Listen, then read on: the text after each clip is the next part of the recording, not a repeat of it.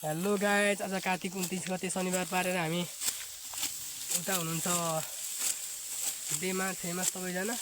यता हाम्रो दिदी घर जाँदै हुनुहुन्छ। अब हामी नि यो गरेर सकेर बिदा हुन्छौँ। हाम्रो मालिक निधि यता हाम्रो छिमेकी दिदीहरू मङ्सिर लागिरहेछ धमाधम कोदो सोदो टिपेर। यहाँ हाम्रो टिना दिदी गरेनमा चाहिँ यता यस्तै छ। बिहान बनाउन पाइनँ, बेलुका बेलुका बनाएर सधैँ नै सोमबार र शुक्रबार आउने गर्छ मेरो भ्लग। यहाँ हाम्रो दादा चुरोट सल्काउँदै अघि बढिरहनु भएको छ। भरे आउँछ हेर्नु, भोलि भोलि है। यस्तो छ है खाडमा सहर है। यस्तै छ गाउँघरतिर धान फडाइ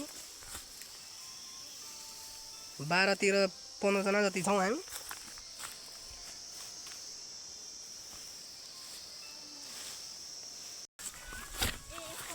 दामी छ ल हाम्रो छिमेकी दाइहरूसँग।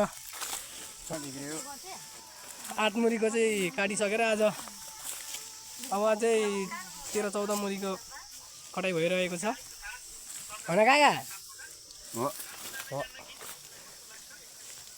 र गाई छ सबैजनालाई मङ्सिर लागेको बेला धमाधम फडाइ भइरहेको छ है। खाटममा सहर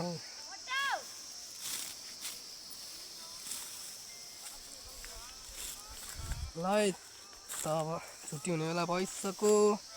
आजको लागि यति नै।